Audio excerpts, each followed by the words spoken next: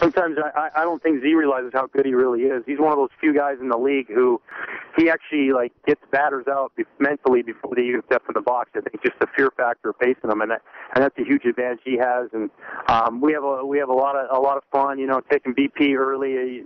I always said he's probably as much fun to watch take batting practice as Ryan Howard is. He hits from both sides of the plate and hits the ball about.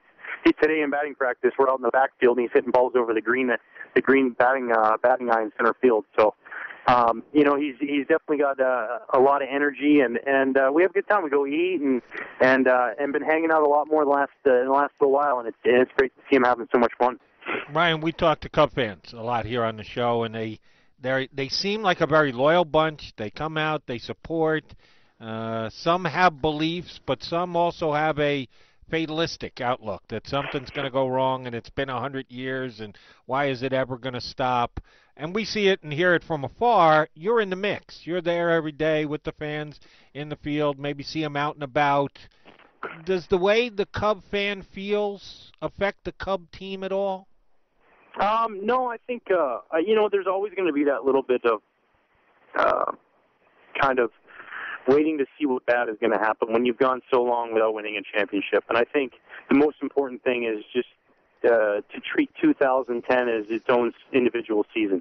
And each season that comes along, and it's hard even as players, you have a great year as a team, and it doesn't end out the way you want it, and then you wish things could be that way again. And I think, for us as players, just enjoy the ride. Enjoy each and every ball game you play. It's really, really hard to win a Major League Baseball game, to go out there and win that day. And some teams make it look really easy over the course of a season and even all the way through to the postseason, but it's not an easy thing to do. So enjoy each one of those victories. Kind of celebrate it and have a good time. And at the same time, there's nothing you can do the next day about yesterday's game, win or lose. You just got to focus on the present and enjoy the present. And, I always joke around. People say, oh, you haven't won in 100 and some years. I said, yeah, I just remember year 80 was just really tough, but, we're getting through it. And that's kind of, we weren't alive when all that went on. And a lot of guys weren't even here in Chicago last year.